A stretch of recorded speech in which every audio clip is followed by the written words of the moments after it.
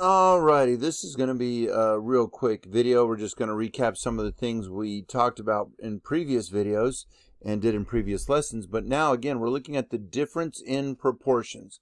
So when we're doing our difference in proportions, difference means we're going to subtract two of those proportions. So our difference is we're going to do one proportion minus another. And notice it's p, not p hat, because it's for the entire population.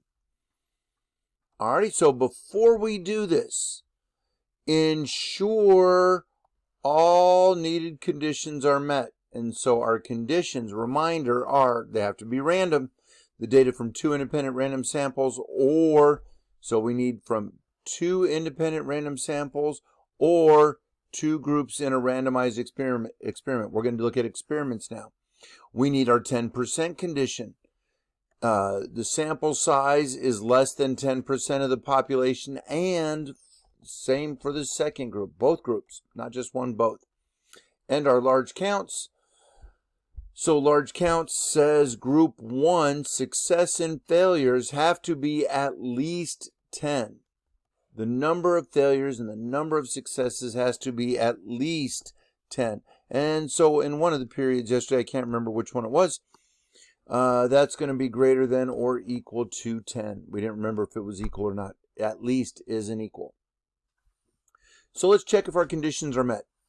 So for our broken crackers, we don't like to find broken crackers when we open the package, because frankly, who does? How can makers reduce breaking? One idea is to microwave the crackers for 30 seconds right after baking them. Randomly assign 65 new baked crackers to the microwave and another 65 to a control group that is not microwaved. After one day, none of the microwave group were broken and 16 of the control group were broken. Let P sub 1, the true proportion of crackers like these that would break if baked in the microwave. So P sub 1 is microwave, P sub 2 is the ones that would not break if not microwave. So P sub 2 is my control group. Check if the conditions for calculating a confidence interval for P sub 1 minus P sub 2 are met. Okay, so notice this is an experiment. We know we have an experiment because we have a treatment. Our treatment is microwaving the crackers.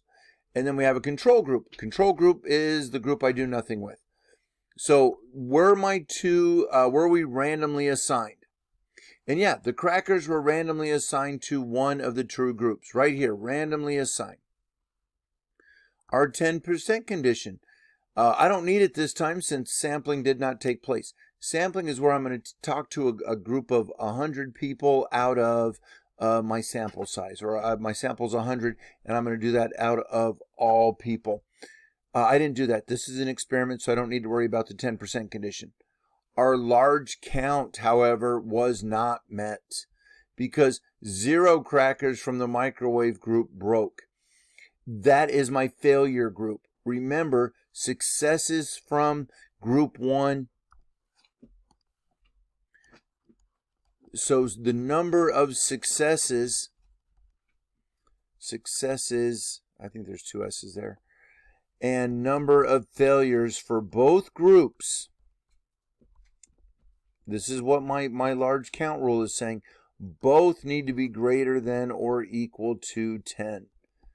And because no crackers in the microwave group broke, the failures were below 10. Okay, so my condition wasn't met, so I couldn't find a confidence level using my standard error. That's all this is saying. So I'm not going to help you with this one. I want you to do 1 and 2.